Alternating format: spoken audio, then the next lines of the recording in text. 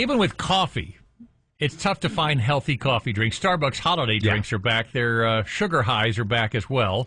Paul Fulford is a healthy living expert with Cynosure Lutronic. We talked a little bit about what you're getting. Paul, we're in the middle of the holiday season, and I know there are a lot of places that offer holiday delicacies. Like, for example, Starbucks, they have drinks that they make specially for the holidays, and they're delicious. However, they're not exactly great for you. Well, my first reaction is these are desserts in a cup we've rebranded as coffee. I'm not anti-coffee. I love coffee. But when you start your day with 50 to 70 grams of sugar in liquid form, you're basically slamming your metabolism with a sugar sledgehammer before 9 a.m.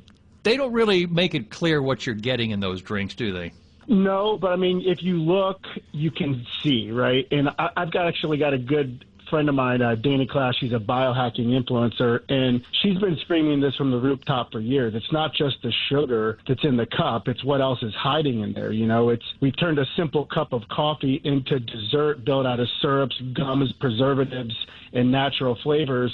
And natural flavors is one of those things that's basically code for we've built lab-engineered flavor system here with natural starting materials and added some helpers to make it stable and intense. But we're not going to give you the full recipe. It's basically a chemistry experiment in a festive red cup. When I see natural ingredients, I always think that might be something that would be scary if I knew what it actually was. So is that true on foods, too, when it says natural whatever? There's no real definition to that? Yes. It's basically, it starts with some form of natural food, but then it's all these additives, helpers. And then, when you look at even these different milks, there are different options with these Starbucks drinks where you can have regular milk, almond milk, and oat milk. And for people that can't do dairy or have issues with gluten, the oat milk at Starbucks is gluten-free.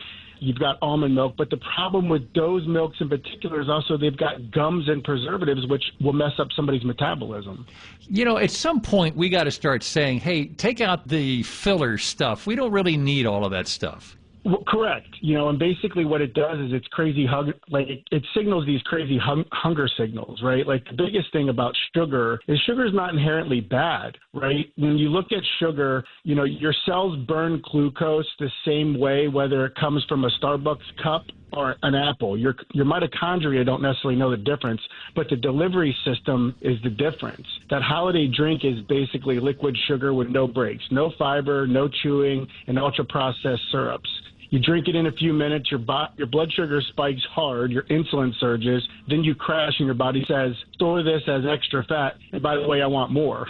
When you eat whole foods like fruit, sweet potato, and real food, they come with fiber, volume, and nutrients. That's a slower absorption. It flattens the spike, and it actually helps you feel full. Yeah, but those things don't taste nearly as good as a peppermint mocha. No. Right. That's right. They don't. But again, that's, and again, you can still do some of these things, right? I think one of the biggest things is I'm a big coffee fan. What I drink when I travel, I take pre-ground brewed danger coffee with my travel press. I bring layered powdered coconut creamer. I put a scoop of chocolate perfect aminos in there with a pinch of Baja Gold sea salt. So instead of getting that 50 grams of sugar and a paragraph of mystery ingredients topped with whipped cream, I'm getting clean, mineralized, organic, mold-free coffee, healthy MCT fats, which are medium-chain triglycerides, so healthy fats from that coconut creamer, essential amino acids from the perfect aminos, and real electrolytes and trace minerals from the salt.